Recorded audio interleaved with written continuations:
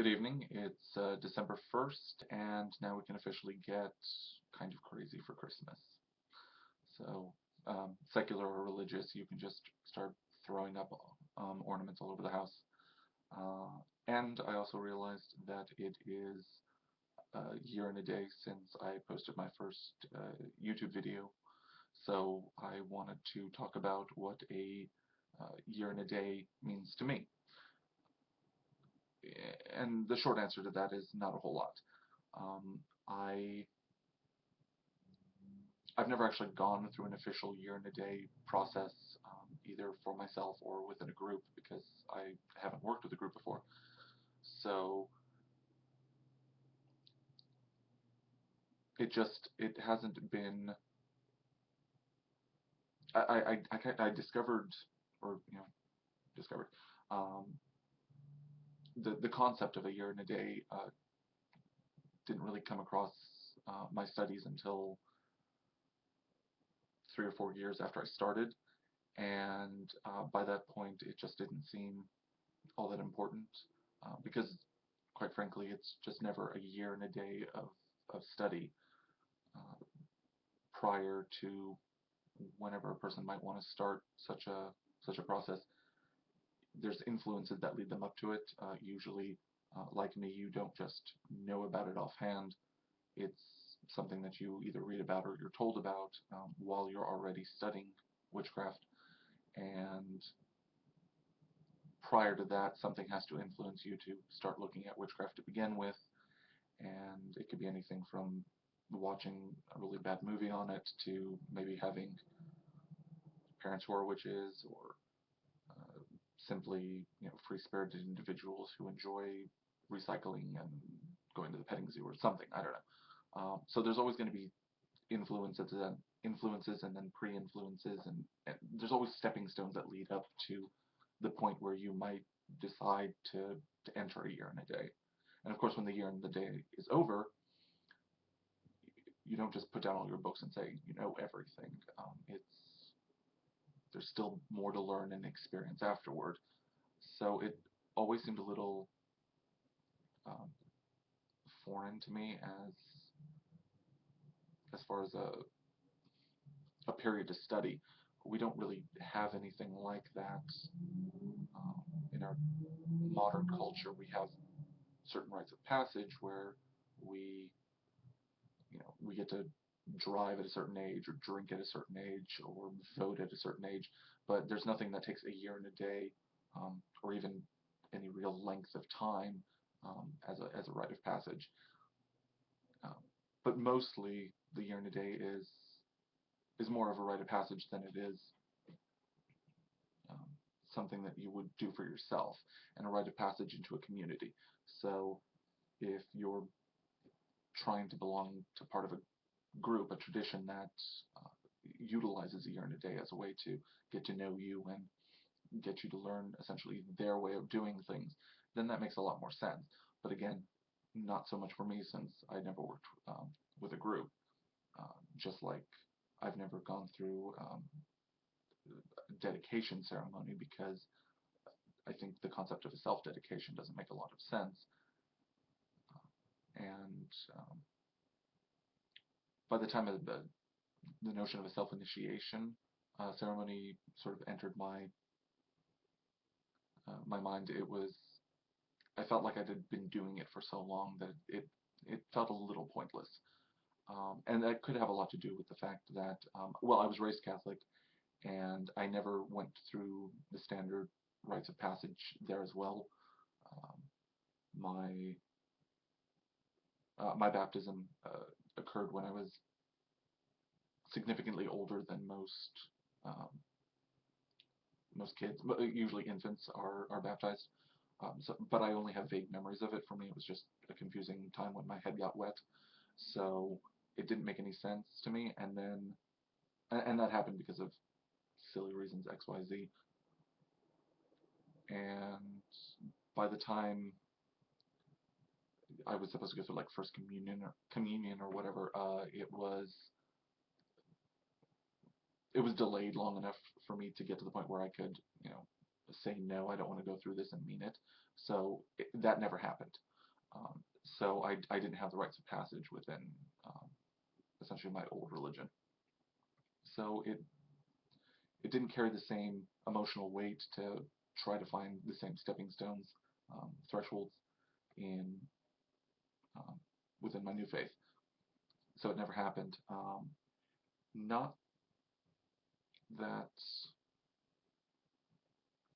not that I'm not sorry about it now, I suppose. I mean, I can see definitely the benefits of being able to pinpoint a time in your life and say, this is when I, moved from phase whatever one to, a more advanced phase, and something big happened to me at that point. But again, it just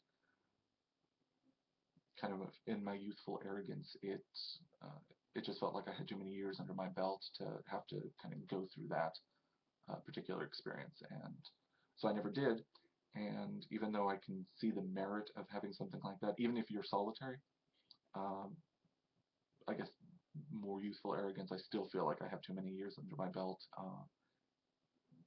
That it wouldn't ring true. It's like, well, I've been doing this for 20 years, and now I'm going to suddenly initiate myself, dedicate myself. Sorry. So until I start to work for a group with a group, it's just not going to happen. Uh, so I guess I'll just remain undedicated. Now, of course, that's going to change 10, 15 years from now when I, have books published and I'm trying to convince, doughy-eyed neophytes that my tradition is very valid.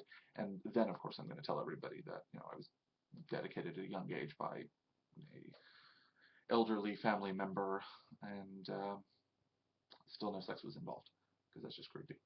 But anyway, but yeah, no, this is my testimony right now. I have not been dedicated.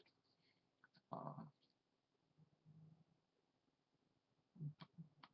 Yet, despite never having that kind of rite of passage, that threshold where I went from one phase to another,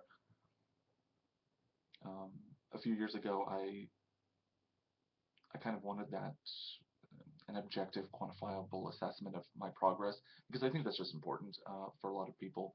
You, especially if you don't have a lot of people to kind of bounce something new and interesting, like new concepts and whatever, and you're seeking ways of seeing if you're doing it right and if you're learning what you're supposed to do, and it's important to feel like you're on the right track. And at the time, about 12 years ago, when a certain book came on the market, I got excited because suddenly it was a way to put in black and white exactly what it is that I had learned up to that point. And that book happens to be What's Your Wicca IQ by Laura Wildman. And you can, oops, sorry, go there. There's a pentagram with a starry question mark on it. Now, okay, ignore the fact that Wildman is using the term IQ test rather blithely here, because it's an assessment test. It is not an IQ test, but it is basically a lot of multiple choice questions regarding different subjects in Wicca, Wicca-esque knowledge that's available. And I totally got hooked into this when it came out. I was admittedly super excited, but the chapters included a chapter 1. You believe what? Witches, Wiccans, pagans, and their beliefs. So it's about what we're supposed to believe in. Chapter 2, Tools of the Trade, Within, Without, and All About the Circle. So it's talking about tools and sabbats, etc. Chapter 3, Which Witch is Which, The History of the Witch. It's a history lesson. Chapter 4, Burn 2 Candles and Call Me in the Morning. That's concerning spellcraft. Chapter 5, Unraveling Entrails, The Art of Divination. And Chapter 6, Cerebellum Ceremonium, Ceremonial Magic. So essentially, you answer all the questions in each chapter. Most of them are worth 2 points each. You tally them up. I didn't even realize until I pulled the book off the shelf that I still have the answers from way back when. And then at the end of the book is the assessment. And if you scored within a certain range, you're considered a dedicant. If you score the next range up, it's first degree, and then second degree, and third degree. It's kind of simple. So that's for the whole book, and then it's divvied up by chapters. So you can figure out, and this is how she explains it in the book, in the forward, that you're supposed to have fun with the book and, assess what you know, keeping in mind that it's from her, a lot of the questions are from her own personal perspective, like, would you use Rue for instance, and or what might this tarot card mean? And I guess some of them have more objective answers, but some of them are just, I guess, within a particular tradition. Her tradition happens to be, or at least she says so in the back, Gardnerian.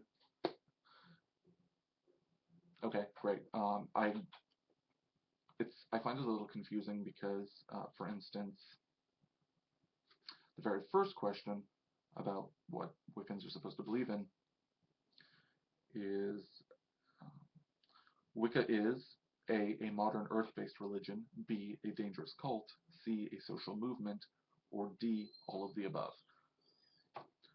Okay, as I don't know that much about Gardnerian witchcraft particularly, but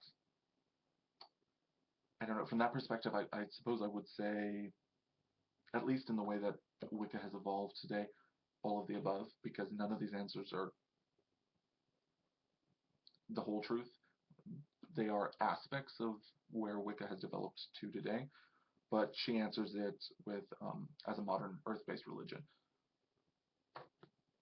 I don't know if every Gardnerian out there would agree that. I'm not sure what her assessment of earth-based religion is. Like when you say it's a nature-based religion, what do you mean by nature? So yeah. So I'm not sure just how Gardnerian she is. It's not my place to judge, but whatever. Anyway, so yeah, you can you take the test and you can find out where you're flawed in some things, and some of the information is useful. For instance, the history portion is kind of interesting. There are I knew where the questions were. For instance, one of them was when Gardner published his novel High Magic's Aid in 1949. Under what name did he publish under? So there's 4 choices.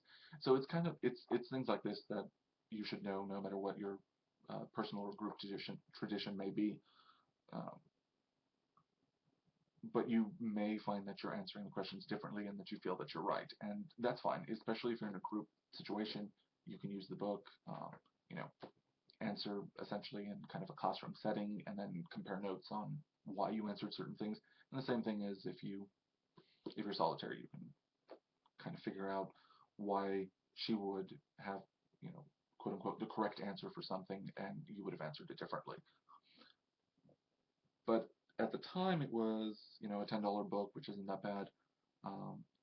But it's for kind of a goofy, tongue-in-cheek sort of, assessment of, just how much you know about Wicca. Not your Wicca IQ, because there's nothing intrinsic about knowing something about a religion. So I got problems with the title, but trying to gloss over that fact, it was vaguely entertaining at the time. So that's what I did, back in 2001 when the book was published, and after I took the test, I didn't really feel like I was properly I had been properly assessed with the knowledge that I knew, and that's okay. I don't think there's any real way to do that, but that was the closest thing to a rite of passage or a year and a day, experience that I've had. So I wanted to share that and to thank everybody for having me here on YouTube. All right, enjoy your December.